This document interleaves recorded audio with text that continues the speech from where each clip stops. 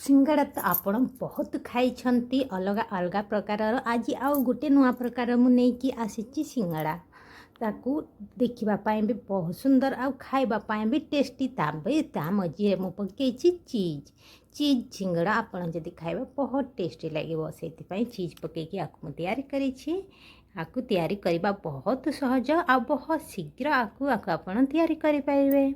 चलतु आम देखने किपरि भाव में आम तैयारी करने को प्रथम नौ गोटे पात्र से नौ गहम अटा आपड़ चाहिए गहम अटा बदल में मैदा भी नहीं पारती मु गहम अटा नहीं 2 कप से गोटे चामच पकई दूसरी लुण को आम भल भाव में अटा सहित मिक्स करने मिक्स कलापर ये आम पकईवा तेल तेल नौ राइस ब्रान तेल जोड़ा से आपड़ जो तेल पसंद करे से तेल नहीं कि आपको भल भाव में मिक्स करने तेल जदि मझे दरकार पड़े ताहले आहरी तेल ये आड करें आई मुठी करके देखिए जदि मुठी हो जाए आमर तेलटा भल भाव में मिक्स हो जाए आम आड करा पानी आड करके आम भल भाव में मिक्स करदे यानी आपको आम चकुटी जावा जो भली आम रोटी तैयारी करने चकुड़ू ताठू टिके हार्ड माने टिके टाइट या चकुटा चकुटला आपको आम ढंकई रखीदेवा रेस्ट करने किसी समय छाड़देवा आपर्यंत रेस्ट होनी सीझा आलू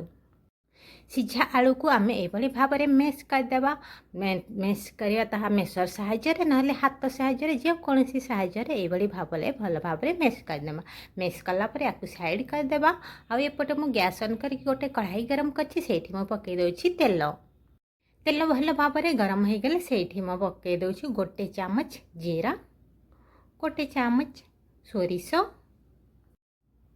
भृसंगा पत्र किछि मु नहीं आपण चाहिए धनिया पत्र ये आड करें आपको आम टे भाजी नेबा भाजिला पड़े ये आम ऐड करवा लंका लंका मुझे 8-10 आउ पियाज या आम भाजीदेवा टिके पियाज आमर नरम होगा पर्यंत से पर्यंत या भाजीदेवा ये आमर भाजी होती ऐड करवा गोटे चामच हलदी गुंड हाफ चामच जीरा गुंड हाफ चामच गरम मसला गुंड हाफ चामच धनिया गुंड एबे आपको मिक्स करने बेसी भाजबे नहीं आपको खाली मिक्स करवा जमती सेमती मिक्स करने एबे जो आलू आम मेस करके रखी थे आलू को आम ये आड करने तापर ये आम आड करदेबा लुण लुण तो आम निहाती दरकार लुण गोटे चामच स्वाद अनुसार निज हिसाब से लुण कम बेसी करें मु गोटे चामच आड कर आड कलापर भल भाव में ये आपको भी मिक्स करने जदि धनिया पत्र आप आड करने चाहते ताहले यही समय रे धनिया पत्र टी आड करने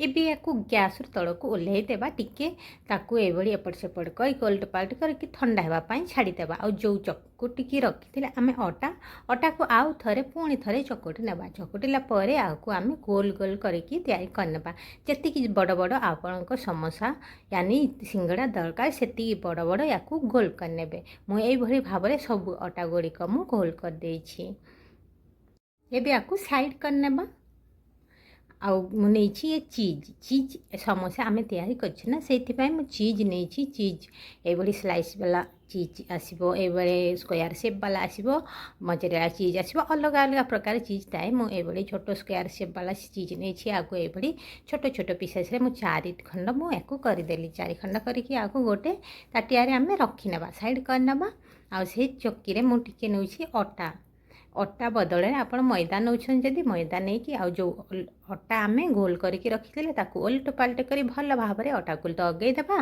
तापर ताकू रोटी परिका बेली नेबा जमती आम रोटी तैयारी करूँ से भाव में बड़ या छोट जी बड़ आप चाहते से हिसाब से आपको ये रोटी तैयारी करने तापर जो आलू मिक्सचरटा आम तैयारी करते से किसी नहीं कि ये गोल आकार प्रथम आम करने गोल पर ताकू हल्का टिके प्रेस करने मान चेपटा टिके करदे तापर से ये होल करदे मझे ये होल कलापर तापर जो चीज आम रखी चीज को 4 पाख ये मुझे रखीदे एपरी रखला पड़े आपको आम कटर साहाय्य नहले चाकू साहाय्य आपड़ चाहते कटर साहाय्य जदि आपन को इजी लगुच ये कटर साहाय्य काटे नहले चाकू साहाय्य काटिदेवे ये निज हिसाब से छोट बड़ जमी पीसेस करने चाहते से हिसाब से 4 पाख ये पीसेस करने यानी 4 पाख ये काटिक तैयारी करने ये देखो तो मुझे 4 पाख एक काटिक तैयारी करने ଏବେ ଆକୁ ଆମେ ଗୋଟେ ସାଇଡ଼୍ରେ ଉଠେଇକି ଆକୁ ମଝିରେ ଯେଉଁ ଆମେ ହୋଲ୍ କରିଥିଲେ ସେ ହୋଲ୍ରେ ଆକୁ ଆମେ ଏଭଳି ଭାବରେ ପ୍ରେସ୍ କରିନେବା। ସବୁତକ ଗୋଟେ ଗୋଟେ କରିକି ଉଠେଇକି ଏଇଭଳି ଭାବରେ ସବୁ ଗୁଡ଼ିକ ମଝିରେ ଏଇଭଳି ଆମେ ତାକୁ ପ୍ରେସ୍ କରିନେବା। ଏଇ ଦେଖନ୍ତୁ ମୁଁ ସବୁ ଗୁଡ଼ିକ ଏଇଭଳି ଭାବରେ ଗୋଟେ ଗୋଟେ କରି ଉଠେଇ କରିକି ମୁଁ ଏହାରି ଭିତରେ ମୁଁ ସବୁ ଗୁଡ଼ିକ ପ୍ରେସ୍ କରିନେଉଛି। ହାଲକା ଏମିତି ଟିକେ ପ୍ରେସ୍ କରିଦେବେ। ଆଉ ଦେଖନ୍ତୁ ଆମର କେତେ ସୁନ୍ଦର ଭାବରେ ଫ୍ଲାୱାରର ଫୁଲ ପ୍ରକାରର ସମୋସା ଆମର ତିଆରି ହେଇଛି, यानी ସିଙ୍ଗଡ଼ା ଆମର ତିଆରି ହେଇଛି ହେଲା। ଦେଖିବା ପାଇଁ କେତେ ସୁନ୍ଦର ବି ଦେଖାଯାଉଛି। ଆଉ ୟାକୁ ତିଆରି କରିବା ତ କେତେ ସରଳ। ଏଇଭଳି ଭାବରେ ଆପଣ ବି ତିଆରି କରନ୍ତୁ। ଆଉ ଯେଉଁ ତେଲ ମୁଁ ଆଗରୁ ଗରମ କରି ନେଇଛି ରଖିଦେଇଛି, ଆଉ ତେଲରେ ଆକୁ ପକାଇଦେବା। ପକାଇଲା ପରେ ଆକୁ ଆମେ ଛାଣି ନେବା। ବେଶୀ ହାଇ ଫ୍ଲେମ୍ରେ ଛାଣିବେ ନାହିଁ, ନହେଲେ ଭିତରଟେ ଭଲ ସିଝିବ ନାହିଁ।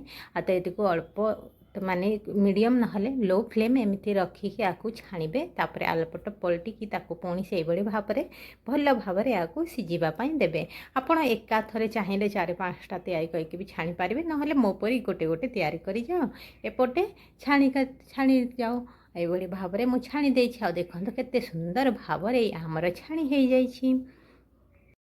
ଏଇଭଳି ଭାବରେ ଆଉ ଗୋଟେ ମୁଁ ତାକୁ ବି ସେଇଭଳି ତିଆରି କରିଦେଇଛି। ୟାକୁ ବି ଆମେ ଛାଣିଦେବା।